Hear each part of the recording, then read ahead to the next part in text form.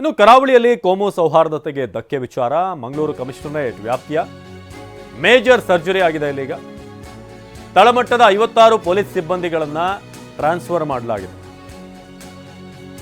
ತಳಮಟ್ಟದ 56 ಪೊಲೀಸ್ ಸಿಬ್ಬಂದಿಗಳನ್ನು ವರ್ಗಾವಣೆ. ಒಂದೇ ಠಾಣೆಯಲ್ಲಿ ತಳ ಉರಿದಂಥ ಸಿಬ್ಬಂದಿ ಅವ್ರನ್ನ ಸ್ಥಳಾಂತರ ಮಾಡಲಾಗಿದೆ. ಬಜ್ಪೆ ಠಾಣೆ ಹೆಡ್ ಕಾನ್ಸ್ಟೇಬಲ್ ರಶೀದ್ ಶೇಖ್ ಈತನನ್ನು ಕೂಡ ವರ್ಗ ಮಾಡಲಾಗಿದೆ. ಸುಹಾಸ್ ಶೆಟ್ಟಿ ಹಂತಕರ ಜೊತೆ ರಶೀದ್ ನಂಟು ಎಂದು ಆರೋಪ ಇತ್ತು. ರಶೀದ್ ವಿರುದ್ಧ ಆರೋಪ ಮಾಡಿದಂಥ ಬಿಜೆಪಿ ನಾಯಕರು. ಮಂಗಳೂರು ಮಹಿಳಾ ಠಾಣೆಗೆ ರಶೀದ್ ಶೇಖ್ ವರ್ಗಾವಣೆ ಮಾಡಲಾಗಿದೆ. ಪೊಲೀಸ್ ಸಿಬ್ಬಂದಿ ವರ್ಗಾವಣೆ ಪ್ರಕ್ರಿಯೆ ಆರಂಭ ಆಗಿದೆ. ನೀವು ಲಿಸ್ಟನ್ನು ಕೂಡ ನೋಡ್ತಾ ಇದ್ದೀರಾ. ಮಂಗಳೂರು ಕಮಿಷನರೇಟ್ ಈ ವ್ಯಾಪ್ತಿಯಲ್ಲಿ ಮೇಜರ್ ಸರ್ಜರಿ ಆಗಿದೆ. ತಳಮಟ್ಟದ 56 ಪೊಲೀಸ್ ಸಿಬ್ಬಂದಿ. ಈಗಾಗಲೇ ಇದರ ಬಗ್ಗೆ ದಿನೇಶ್ ಗುಂಡೂರಾವ್ ಕೂಡ ಹೇಳಿದರು.